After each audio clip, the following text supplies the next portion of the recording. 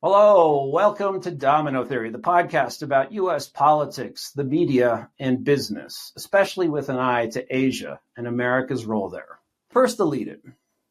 While the election seems to be on a razor's edge, I argue that an Electoral College win for Donald Trump is actually coming into view.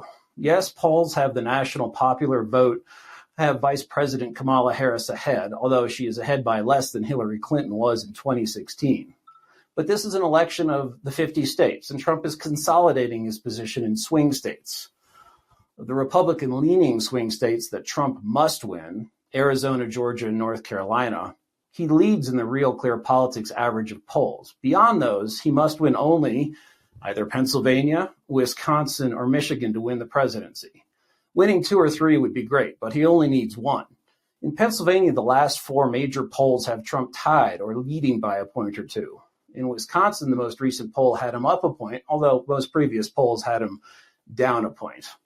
A lot can happen in a week in politics, much less the 6 weeks until the election ends. But as early voting begins, victory seems to be within grasp. Also, let's look past the numbers. If you're listening to this podcast, you probably have an interest in policy and hard data and wish that Trump would be a little tighter with his proposals, facts, and targets on the campaign trail. But compare it to Kamala. Trump could be a poli-sci professor with the level of detail and direct campaign messages and plans he has, in contrast to her. With Trump, voters basically know how he will bring back the 3 fat years of economic growth and peace we had before the pandemic. He'll cut energy prices, which will make everything cheaper, and stop the overspending by government that has driven inflation. He'll negotiate, or at least try to negotiate, the end of wars rather than starting new ones. He'll get control of the border and deport some of the bad hombres that have come across. And he will rebuild the military to be what Rush Limbaugh used to identify as its primary purpose, which Rush joked was to kill people and break things, rather than a sandbox for DEI experiments and the 4-star politicians we have who can't win wars. Contrast that to Kamala and her 0-calorie word salad. How will she make life better for anyone except the government bureaucrats and elite overlords about whom our guest, Ned, has written? In short, as he did in 2016, Donald Trump is connecting emotionally with voters and offering them practical solutions. And while Kamala Harris is hiding from even the fanboys in the corporate media, Trump is communicating with voters in plain language and, despite the best efforts of big media, big tech, and Hollywood, he's getting through. Some Democrat antics may also be backfiring. The biased debate that ABC News produced actually cost it nearly 1 million viewers in the days after the debate. A large number of foreign policy and intelligence experts have endorsed Kamala, but many of these people propagated the Russia hoax and later lied about Hunter Biden's incriminating computer.